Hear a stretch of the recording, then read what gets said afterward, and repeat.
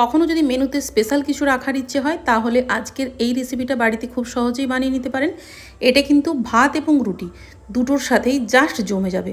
আর হ্যাঁ, বানানো ভীষণ সহজ, শুধুমাত্র কয়েকটা উপকরণ লাগে আর খুব কম সময়ের মধ্যে এটা বানানো হয়ে যায়। এটা বানানোর জন্য একদম প্রথমেই একটা প্যানের মধ্যে আমি নিয়ে নিচ্ছি জল, আর এখানে আমি 3টে ডিম সেদ্ধ করতে দিচ্ছি। আপনারা আপনাদের মতো করে ডিম নিতে পারেন, কম বেশি করতে পারেন। তো এখানে ডিম আমার সেদ্ধ হয়ে গেছে। এরপর এটাকে আমি সাইডে রেখে দিচ্ছি ঠান্ডা হওয়ার জন্য। এরপর গ্যাসের আঁচে আবার একটা প্যান বসিয়ে দিয়েছি, আর এর মধ্যে আমি নিয়ে নিচ্ছি কয়েকটা মশলা। তার মধ্যে এখানে নিয়েছি আমি 1 চামচ পরিমাণ ধনে, গোটা ধনে এখানে নিয়েছি। আর এখানে নিচ্ছি আমি অল্প পরিমাণে মেথি, জাস্ট হাতে করে আন্দাজে নিয়েছি। আর নিচ্ছি এখানে আমি জিরে, এখানে নিয়েছি গোটা জিরে, আর এটা কিন্তু মোটামুটি 1/2 চামচ মতো নিয়েছি। ধনের পরিমাণটা এখানে বেশি থাকবে, জিরের পরিমাণটা একটু কম থাকবে। এরপরে নিয়ে নিয়েছি এখানে শুকনো লঙ্কা, গোটা শুকনো লঙ্কা আমি নিয়েছি 2টো। এরপর এর মধ্যে আমি দিয়ে দিচ্ছি গোলমরিচ। যেহেতু আমার কাছে গোটা গোলমরিচ ছিল না, সেই জন্য এখানে আমি গোলমরিচ গুঁড়ো ব্যবহার করেছি। আপনাদের কাছে গোটা থাকলে মোটামুটি 4টে থেকে 5টা নিয়ে নেবেন। এরপর এটাকে আমি হালকা করে ভেজে নিচ্ছি। গ্যাসের ফ্লেমটা কিন্তু লো টু মিডিয়াম রাখবেন, আর হ্যাঁ, এটা হাই রাখলে পুড়ে যাবে। এরপর এর মধ্যে আমি অ্যাড করে দিচ্ছি একদম বড় চামচের 1 চামচ পোস্তদানা। পোস্তদানা দেওয়ার পর এটাকে খুব বেশি সময় ভাজা যাবে না, জাস্ট এর থেকে একটা স্মেল বেরোবে, খুব সুন্দর স্মেল বেরোবে। ততক্ষণ পর্যন্ত এটাকে ভেজে নিতে হবে, ভেজে নিলেই এটা হয়ে যাবে। তো দেখুন, এটা আমার ভেজে নেওয়া কিন্তু কমপ্লিট। এরপর এই মশলাগুলোকে আমি নিয়ে নেব একটা মিক্সার গ্রাইন্ডারের মধ্যে।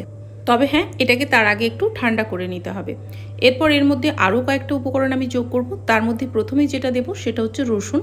রসুন মোটামুটি 6 থেকে 7 কোয়া এখানে আমি দিচ্ছি। ডিমের পরিমাণ যদি বেশি হয় সেক্ষেত্রে একটু বেশি দিতে হবে।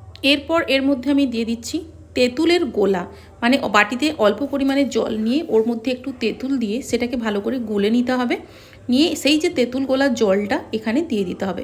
এটা এখানে আমি আন্দাজ মতো একটু দিয়ে দিচ্ছি। এটা মোটামুটি 1 চামচ থেকে 1.5 চামচ পর্যন্ত দিতে পারেন। এরপর এর মধ্যে অ্যাড করে দিচ্ছি লঙ্কা গুঁড়ো। এখানে আমি শুকনো লঙ্কা বা এরপর এর মধ্যে অ্যাড করে দিচ্ছি কাশ্মীরি লঙ্কার গুঁড়ো। সেটা মোটামুটি আমি 1/2 চামচ দিয়েছি, 1/2 চামচের থেকে একটু বেশি দিয়েছি। এরপর এর মধ্যে অ্যাড করে দিচ্ছি চাট মশলা। সেটা আমি এখানে দিয়েছি 1/2 চামচ পরিমাণ। এটার একটা ঠিক পেস্ট বানানোর জন্য একটু জলের প্রয়োজন, সেই জন্য এখানে আমি পরিমাণ মতো জল দিয়ে দিলাম।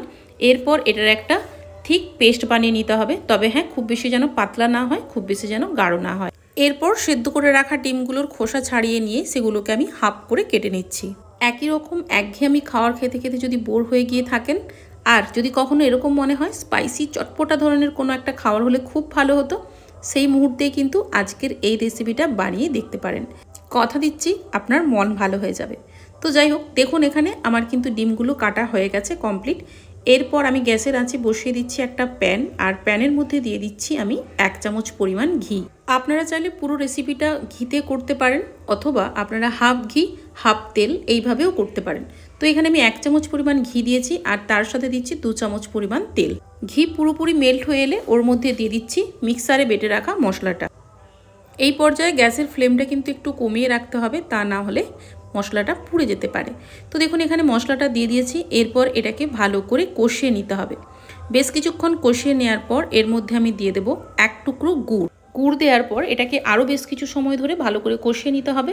যখন দেখবেন মশলা থেকে তেল ছেড়ে ছেড়ে আসছে, তখন ওর মধ্যে আমি যোগ করে দিয়েছি কারি পাতা।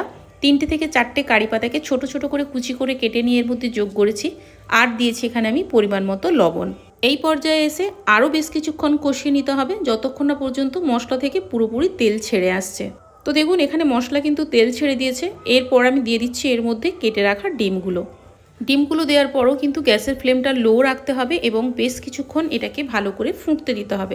যখন দেখবেন মশলাটা অনেকটা ঘন হয়ে এসেছে এবং তার ভেতর থেকে পুরোপুরিভাবে তেল ছেড়ে গেছে, তখন বুঝতে পারবেন এটা কিন্তু রেডি। তো দেখুন এখানে এটা আমার কিন্তু রেডি হয়ে গেছে। বন্ধুরা, আপনারা বাড়িতে অবশ্যই এটা একবার বানিয়ে দেখবেন। আশা করছি আপনাদের ভীষণ ভালো লাগবে। আজকের ভিডিওটা আমার এ পর্যন্তই। আবার দেখা হবে নতুন কোনো ভিডিওর সাথে খুব তাড়াতাড়ি। ততক্ষণ ভালো থাকবেন, সুস্থ থাকবেন। টাটা।